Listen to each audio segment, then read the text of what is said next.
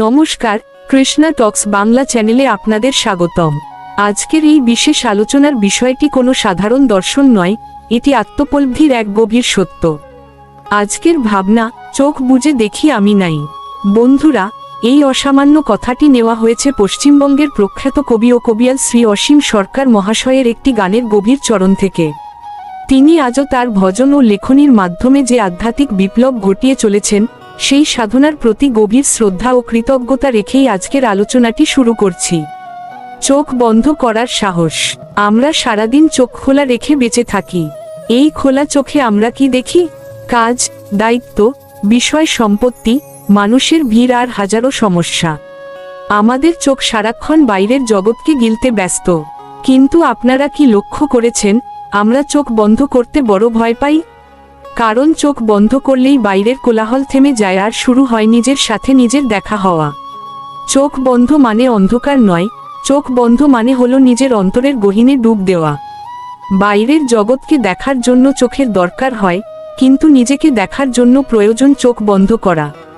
এই সাহস সবাই করতে পারে না, কারণ ভেতরে তাকালে আমরা আমাদের ভুলগুলো আর আমাদের একাকিত্বকে দেখতে পাই। আমি শব্দটার ভেতরের গোলমাল। আমরা খুব সহজে বলি আমি বড়, আমি শিক্ষিত, আমি ধনী, আমি কর্তা। কিন্তু কখনো কি নিজেকে প্রশ্ন করেছেন, এই আমিটা আসলে কে? আমি কি এই শরীর? কিন্তু এই শরীর তো প্রতিনিয়ত বদলাচ্ছে। শৈশবের সেই আমি আর আজকের এই আমি কি এক? শরীর তো একদিন ছাই হয়ে যাবে। তবে কি আমি আমার নাম? এই নাম তো সমাজ দিয়েছে, একদিন এই নামও স্মৃতি হয়ে যাবে। শ্রীমদ্ভগবদ্গীতায় ভগবান আমাদের শিখিয়েছেন যে আমরা এই নশ্বর শরীর নই, আমরা অবিনাশী আত্মা। অথচ আমরা এই মিথ্যে কেই আমাদের সব কিছুর কেন্দ্র বানিয়ে ফেলি এবং এই মিথ্যে অহংকার থেকেই আমাদের সব অশান্তির শুরু।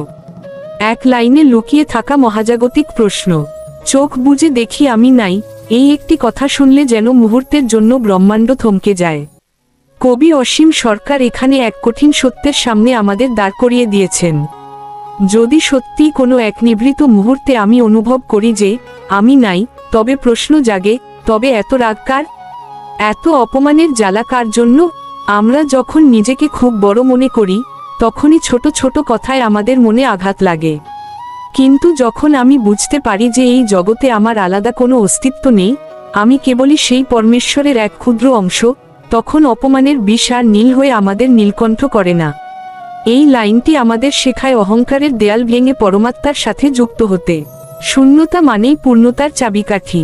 অনেকে মনে করেন নিজেকে শূন্য করা মানে বোধহয় সব হারিয়ে ফেলা। কিন্তু আধ্যাত্মিক বিজ্ঞানের শূন্যতাই হলো পূর্ণতার একমাত্র প্রবেশদ্বার।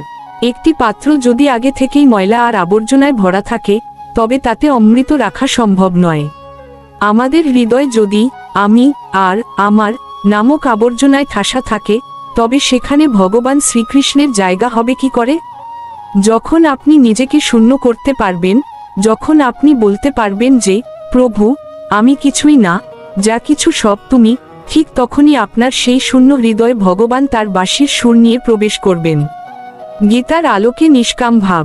ভগবান শ্রীকৃষ্ণ গীতায় বারবার একটি কথা বুঝিয়েছেন, কর্তা ভাব বা অহংকার হলো মানুষের বন্ধনের মূল কারণ।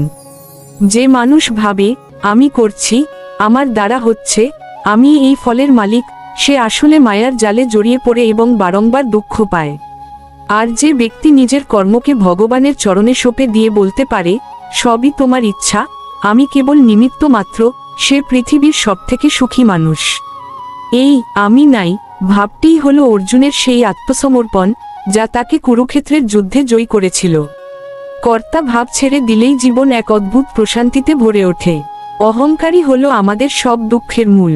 একটু গভীরভাবে চিন্তা করে দেখুন তো, আমাদের জীবনে দুঃখ কি সব সময় কোনো বড় ঘটনার জন্য হয়? না, অধিকাংশ সময় দুঃখ হয় তুলনার জন্য। সে আমাকে কেন সম্মান করলো না? সে আমার চেয়ে বেশি কেন পেল? আমার কদর কেন নেই? এই প্রতিটি অভিযোগের মূলে রয়েছে সেই বিশাল আমি। এই আমি হলো একটি পাহাড়ের মতো, যার ওপর দাঁড়িয়ে আমরা আকাশ ছোঁয়ার স্বপ্ন দেখি, কিন্তু পড়ে যাওয়ার ভয়ে সারাক্ষণ তটস্থ থাকি। যেদিন আপনি এই পাহাড় থেকে নেমে মাটির সাথে মিশে যাবেন, যেদিন অনুভব করবেন আমি নাই, সেদিন তুলনা বন্ধ হবে আর সাথে সাথেই দুঃখের অবসান ঘটবে। নীরবতার শক্তি ও আসল শান্তি। চোখ বুজলে কেন আমাদের শান্তি লাগে জানেন? কারণ তখন বাইরের জগতের সব প্রদর্শনী বন্ধ হয়ে যায়। সেখানে কোনো ফেসবুক নেই, কোনো হোয়াটসঅ্যাপ নেই, কোনো মানুষের কটূক্তি নেই। আছে শুধু আপনার নিঃশ্বাস আর একটুখানি পবিত্র নীরবতা। সেই নীরবতার মাঝেই ভগবানের ডাক শোনা যায়। কবি অসীম সরকার আমাদের সেই নীরবতার সাথে পরিচয় করাতে চেয়েছেন। এই নীরবতাই হলো আসল সম্পদ। আমরা সারা জীবন গোলমালের মধ্যে সুখ খুঁজি, কিন্তু প্রকৃত শান্তি লুকিয়ে আছে নিজের ভেতরের সেই প্রশান্ত মহাসাগরে, যেখানে আমি কোনো ঢেউ নেই। ভক্তির পথে আমি বিসর্জন। ভক্তির পথে চলার প্রথম শর্ত হলো নিজেকে ছোট করা। ভক্তির জগতে আমি বড় নয়, সেখানে কৃষ্ণ হলো একমাত্র কেন্দ্র। একজন প্রকৃত ভক্ত নিজেকে ভগবানের চরণে ধুলোর সমান মনে করেন। শ্রীচৈতন্য মহাপ্রভু শিখিয়ে গিয়েছেন, ত্রিনাদপি শুনিছেন, অর্থাৎ ঘাসের চেয়েও নিজেকে নম্র করা। আপনি যখন নিজেকে ধুলোর সমান মনে করবেন, তখন কেউ আপনাকে আর নিচে নামাতে পারবে না, কারণ আপনি তো আগে থেকেই নিচে আছেন। এই অহং শূন্যতা বা আমি নাই ভাবটিই হলো প্রেমভক্তির মূল ভিত্তি। সংসারে থেকেও সংসারী না হওয়া। আধ্যাত্মিক সাধনা মানে এই নয় যে আপনাকে ঘর বাড়ি ছেড়ে বনে চলে যেতে হবে। সাধনা মানে হলো আপনার ভেতরের অহং ছেড়ে বেঁচে থাকা। কবি অসীম সরকারের এই দর্শন আমাদের শেখায় সংসারে থেকেও কিভাবে নির্লিপ্ততা থাকা যায়। আপনি সব কাজ করবেন, দায়িত্ব পালন করবেন, কিন্তু মনের ভেতর এই বোধটি রাখবেন যে আমি তো কেবলই একজন সেবক, প্রভু যা করাচ্ছেন তাই করছি। এটাকে বলে পদ্মপাতায় জলের মতো থাকা। জল যেমন পদ্মপাতাকে ভেজাতে পারে না, সংসারের মায়াও তেমন আপনাকে স্পর্শ করতে পারবে না যদি আপনি নিজেকে কর্তার আসন থেকে সরিয়ে দিতে পারেন। অসীম সরকার মহাশয়ের দর্শনের গভীরতা। অসীম সরকার মহাশয়ের এই কালজয়ী বাণী কেবল একটি গান নয়, এটি একটি জীবন দর্শন। এটি আমাদের আয়নার সামনে দাঁড় করায় এবং জিজ্ঞাসা করে, তোর এই অহংকার দিয়ে তুই কি পাবি? তার এই গান আমাদের শেখায় যে জীবন খুব ছোট, আর এই ছোট জীবনে মায়ার পেছনে না ছুটে নিজের ভেতরের সেই পরম সত্তাকে চেনা কত জরুরি। এই লাইনটি বারবার শুনলে এবং অনুধাবন করলে আপনি নিজের এক নতুন রূপ খুঁজে পাবেন, যেখানে কোনো অস্থিরতা নেই, কেবল ধ্রুব সত্য বর্তমান। চোখ বন্ধ করে আবার চোখ খোলা। ধ্যান মানে দায়িত্ব ছেড়ে পালিয়ে যাওয়া নয়। ধ্যান মানে হলো অহং ছেড়ে পূর্ণ শক্তিতে দায়িত্ব পালন করা। চোখ বন্ধ করে নিজেকে একবার শূন্য হিসেবে দেখে নিন, তারপর চোখ খুলে ভগবানের প্রতিনিধি হিসেবে কাজ করুন। যখন আপনি নিজেকে নাই ভাববেন, তখন আপনার কাজগুলো হবে নিষ্কাম, সেখানে কোনো স্বার্থ থাকবে না। আর যে কাজে স্বার্থ নেই, সেই কাজই হলো শ্রেষ্ঠ পূজা। শ্রীকৃষ্ণ অর্জুনকে যুদ্ধ করতে বলেছিলেন, কিন্তু যুদ্ধটা করতে বলেছিলেন আমি হীন হয়ে ভগবানের শরণে। পরম প্রশান্তির শেষ অনুভব। আজকের এই আলোচনার শেষে আপনাদের কাছে একটি অনুরোধ, আজ রাতে বা এখনই একটু সময় নিয়ে চুপ করে বসুন। সব চিন্তা সরিয়ে দিয়ে একবার চোখ বন্ধ করুন। গভীরভাবে শ্বাস নিন আর অনুভব করুন আপনি কে। হয়তো প্রথম অন্ধকার দেখবেন, কিন্তু ধৈর্য ধরলে দেখবেন আপনার সেই অহংকারী আমি তা আস্তে আস্তে মিলিয়ে যাচ্ছে। আর আশ্চর্যভাবে দেখবেন, যখন আমি তা নেই, তখন সেখানে এক অনাবিল আনন্দ আর শান্তি বিরাজ করছে।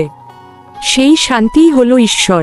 প্রিয় ভক্তবৃন্দ, এই আলোচনা যদি আপনাদের হৃদয় সামান্যতম স্পর্শ করে থাকে, তবে ভিডিওটি একটি লাইক দিন। কবি অসীম সরকার মহাশয়ের এই দর্শন আপনার জীবনকে কিভাবে প্রভাবিত করল, তা কমেন্টে লিখে জানান। আর আপনার প্রিয়জনদের সাথে এটি শেয়ার করে ভগবানের এই সত্য বাণী সবার মাঝে ছড়িয়ে দিন। প্রতিদিন রাত 8টায় আমাদের এই বিশেষ আয়োজনে শামিল হতে কৃষ্ণা টক্স বাংলা চ্যানেলটি সাবস্ক্রাইব করে বেল আইকনটি প্রেস করে রাখুন। এই চ্যানেলের প্রতিটি আলোচনা অত্যন্ত বিনয়ের সঙ্গে উপস্থাপন করা হয়। শ্রী মিলন দেবনাথের তত্ত্বাবধানে এবং পরমেশ্বর ভগবান শ্রীকৃষ্ণের অসীম কৃপায় আমাদের এই যাত্রা।